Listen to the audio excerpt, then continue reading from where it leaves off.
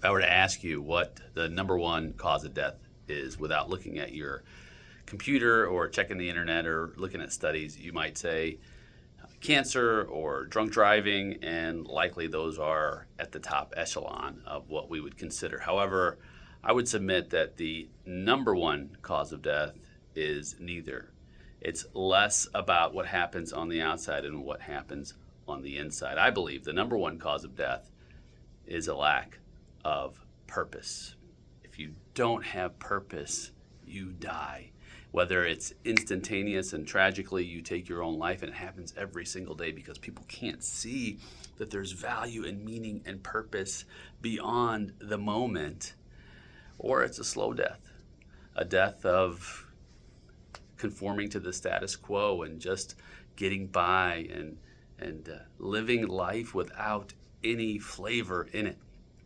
Yet Jesus says, you are the salt of the earth. What does that mean? My goodness, it's talking about being different, being flavored in such a way that you stand out, that you have a hagios life, that you are set apart for a greater purpose.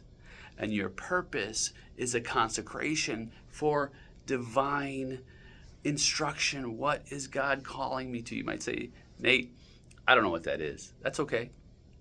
That's why prayer comes in. That's why people come in. That's why we have to open our eyes and our ears, have foresight, and really begin to do some digging beyond what I see right now. Maybe my circumstances are difficult and I'm struggling and I'm facing all kinds of adversity. And I say, why me, God? And I believe that's a valid question, but I believe sometimes, friend, we're asking the wrong question. Perhaps the correct question to ask is, why not me? Why not me to be refined? Why not me to overcome? Why not me to strengthen my struggle muscles so that my purpose can be magnified and I can be prepared for a greater calling? You know, Jesus lived this out. Everything he did was about that setting apart, about that differentiation strategy. Just about all he taught. Think about it, friend. When he taught to love our enemies, pray for those who persecute us. This was like revolutionary at the time. And guess what, friend? Today, it's still that way. Who wants to pray for those who hurt us? Who wants to walk an extra mile when someone has asked us to walk one? By the way, the reference was an enemy. The reference was a Roman who was causing distress for perhaps the Jewish people who were in a time of having their country seized by these foreigners. And the Roman soldiers say, hey, you know what? Carry my stuff a mile. And the Jews would say reluctantly, oh, I guess I have to, otherwise this Roman might kill me, right? Jesus says, walk two. Why walk two? I'll tell you why. In my opinion, here's what I think.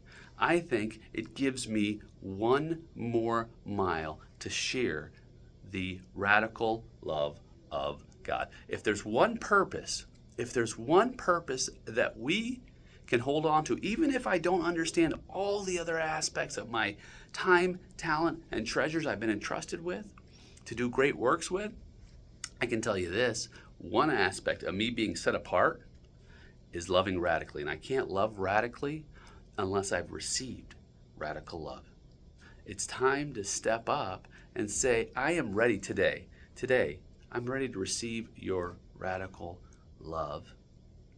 And then I can give it away, because you can't give away what you never received. So it's time. Today, I encourage you, pray. Give me radical love. I receive it. I embrace it. And you will give me an opportunity to turn around and give it in a radical way that is a completely difference-making, where people will look at you and say, my goodness, there's something not only different about you, but it's really, really attractive.